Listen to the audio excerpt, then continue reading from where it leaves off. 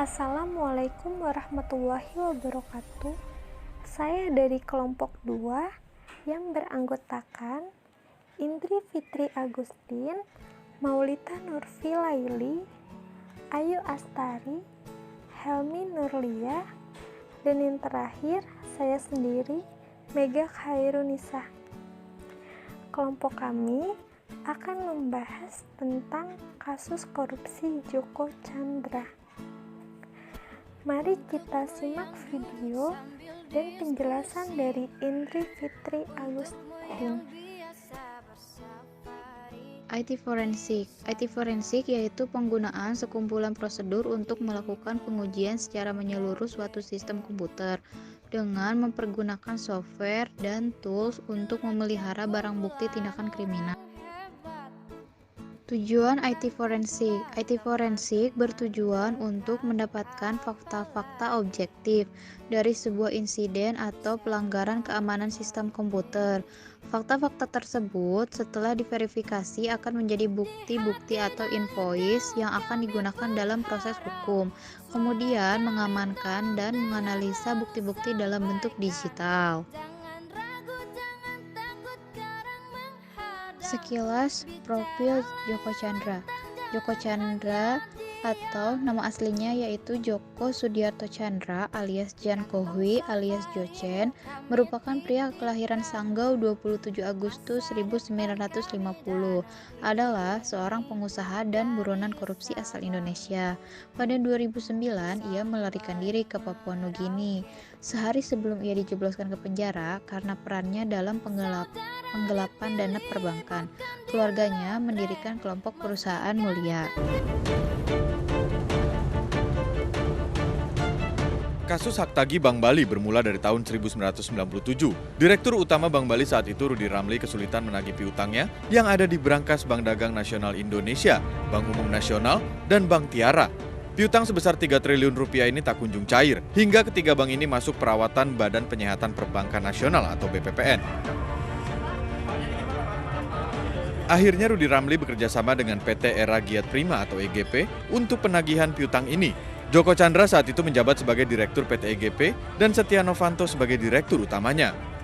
Pada Januari 1999, Rudy Ramli menandatangani perjanjian pengalihan hak tagih dengan PT EGP dan PT EGP berhak menerima fee setengah dari piutang yang dapat ditagih. Saat itu Bank Indonesia dan BPPN setuju untuk mengucurkan uang 905 miliar rupiah. Namun Bank Bali hanya menerima 359 miliar, sementara 60% sisanya atau 546 miliar diterima PT EGP. Skandal Bank Bali dan dugaan korupsi.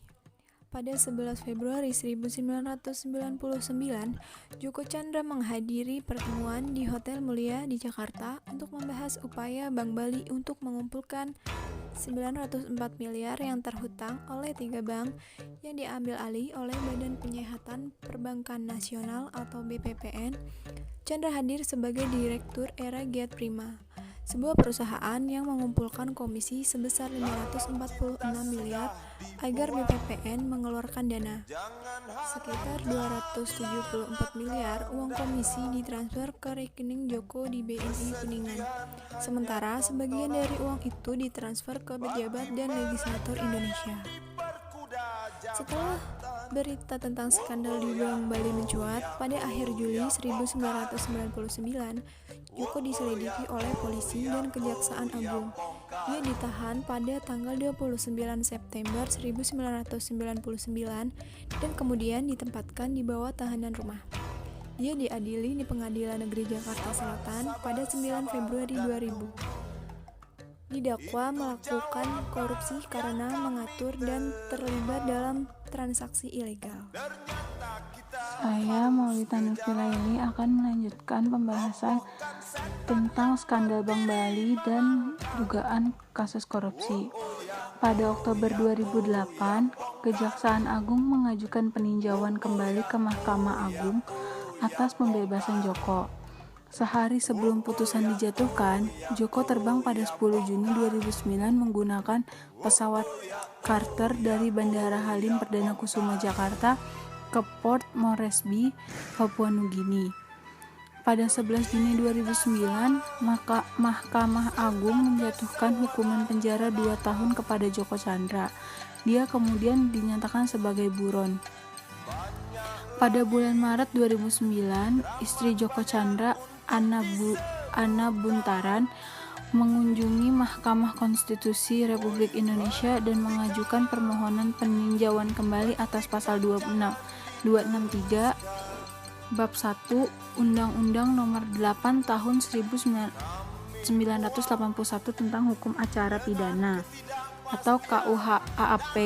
Pada 12 Mei 2016, Mahkamah Konstitusi mengabulkan permintaannya mencabut pasal KUHP yang memungkinkan jaksa meminta peninjauan kembali keputusan pengadilan dengan kekuatan hukum tetap.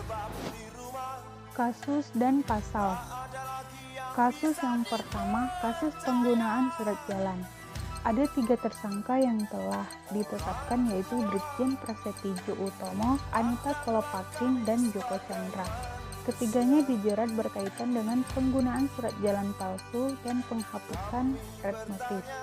Mereka dijerat dengan pasal 263 ayat 1 dan 2 KUHP Jangko, pasal 55 ayat 1 ke 1 KUHP, pasal 426 KUHP, pasal 221 ayat 1 ke 2 KUHP, dan pasal 223 KUHP. Kasus yang kedua, kasus suap terkait penghapusan red notice. Dalam perkara ini, Bareskrim Polri menetapkan 4 orang tersangka yang berperan sebagai pemberi suap dan penerima suap. Pemberi Joko Chandra dan Tommy Sumardi, penerima Irjen Napoleon Bonaparte dan Brigjen Prasetyo Utomo. Pemberi suap dijerat dengan pasal 5 ayat 1 Jangko, pasal 13 Undang-Undang Pemberantasan Tindak Pidana Korupsi atau UU Tipikor Jangko, pasal 55 ayat 1 ke 1 KUHP. Sedangkan penerima suap dijerat pasal 5 ayat 2, pasal 11 dan pasal 12 huruf A dan B UU Tipikor Jangko, pasal 55 ayat 1 ke 1 KUHP. Joko diperiksa sebagai saksi untuk tersangka Pinangki Sirna Malasari, pejabat di Kejaksaan Agung yang kini ditahan karena diduga menerima gratifikasi atau suap dari Joko Chandra. Semua terkait fakta itu semua kita konfirmasi. Kami juga hasil koordinasi dengan Mabes. Nanti mau menggali terkait aliran dananya, banyak hal. Itu kan salah satu bagian aja. Termasuk soal fatwa yang MA itu ya? Fatwa MA. Detailnya nanti tanya penyidiknya.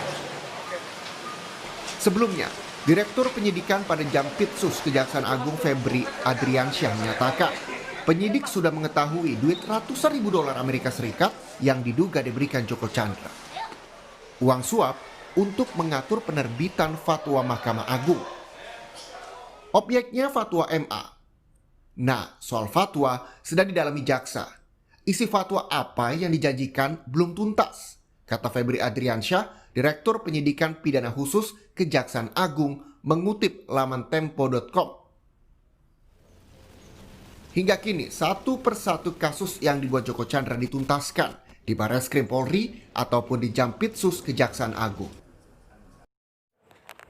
Setelah kita simak videonya, saya Mega Khairunisa. Saya akan menjelaskan tentang kasus suap terkait urus PK dan fatwa MA. Dalam kasus ini, Kejagung lebih dulu menetapkan Jaksa Pinangki Sirna Malasari sebagai tersangka. Dia diduga menerima suap terkait pengurusan peninjauan kembali PK dan fatwa Mahkamah Agung MA terkait Joko Chandra. Setelahnya, Kejagung menjerat Joko Chandra sebagai tersangka. Dia diduga memberikan suap ke Pinangki. Joko Chandra dijerat dengan sangkaan pasal 5 ayat 1 huruf A dan pasal 5 ayat 1 huruf B dan pasal 13 Undang-Undang Pemberantasan Tindak Pidana Korupsi. Selanjutnya,